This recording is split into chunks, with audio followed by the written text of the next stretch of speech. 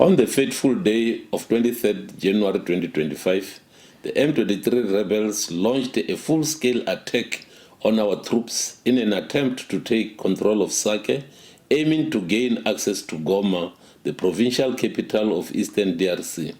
Fierce fighting ensued, and our soldiers displayed extraordinary bravery and determination.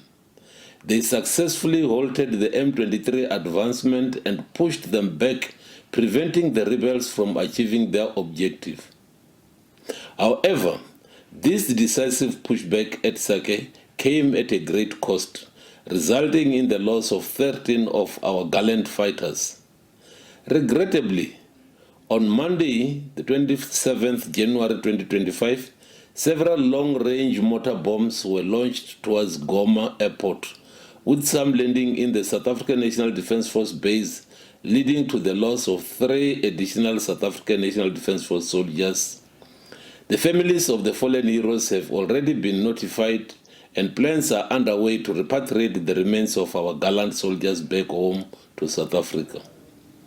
Meanwhile, M23 reported suffering heavy personnel losses and subsequently requested SAMI DRC to hold fire so they could recover the bodies of their fallen members around Sake. We consented to this request. However, SAMI DRC set conditions including a demand for the safe passage of injured soldiers to Goma for medical treatment. The South African National Defence Force, as part of SAMI DRC, remains steadfast in supporting all peace-building efforts aimed at addressing the escalating violence, finding peaceful resolution to the conflict, and averting a humanitarian crisis. At this painful moment, we lower our banners in honor of our fallen heroes and the ultimate sacrifice they have made. Their bravery in the face of danger has protected countless lives and upheld the values of peace and security that we strive to achieve. May their souls rest in peace, and may their families find comfort and strength during this difficult time. Well, for more on this story, we're joined in studio by SABC News reporter Khayelihle Khumalo. Very good afternoon, Khaya. Thanks for joining us. So the general there explaining what's been happening with the SANDF forces in Congo, but President Paul Kagame is basically saying that we are an illegitimate force there. Well, that's right, Nompu. So that's a clarification from the SANDF that this is within the mandate of the SADC in terms of that pact dating back to 2003 in terms of self-defense for their member states, where there is a collective responsibility. If member states is under siege, then there is this collective responsibility to respond, especially after the Rwandan President Paul Kagame said this is not a peacekeeping mission. It's a belligerent force. Already they've been very clear in terms of their motives. So a very clear indication for South Africa that is all about making sure that there's long-lasting peace.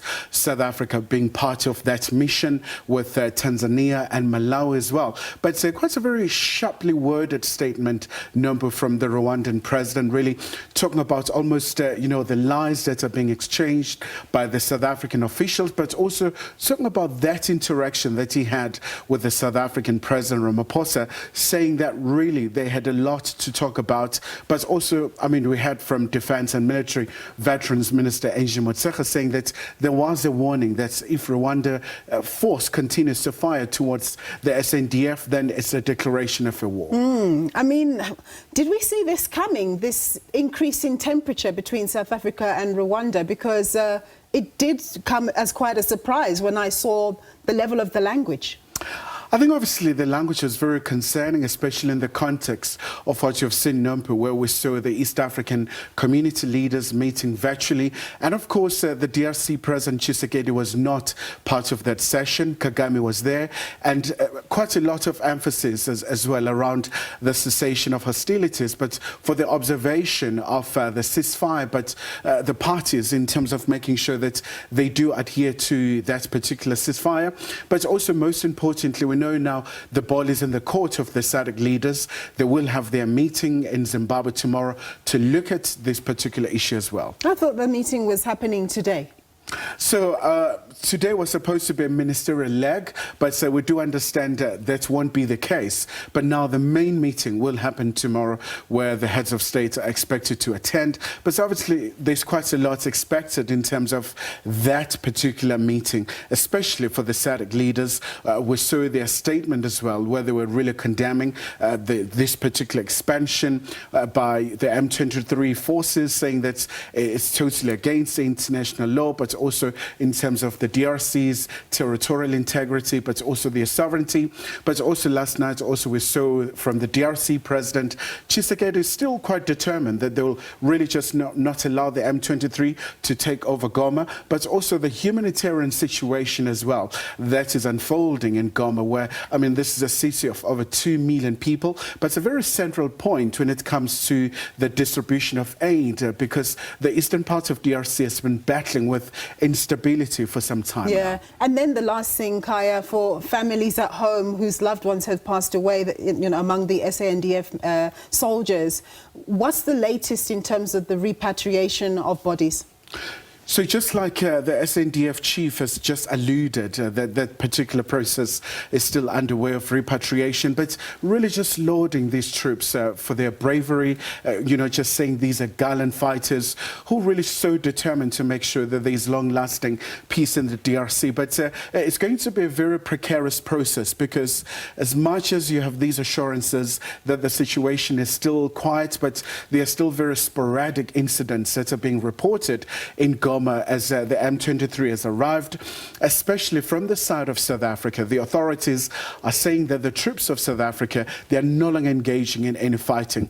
But in as far as the DRC troops, some they are still fighting back in terms of really making sure that they do recapture the city of Goma. So it's still a very quite a tense, quite unpredictable, but we're going to wait for the official word from the authorities in terms of those logistics, in terms of the way forward, how it's going to really unfold. Okay, all right, Khaya, thank you so much for that and for your time here. That's my colleague Khayelihle Khumalo giving us the latest on what's happening in the DRC.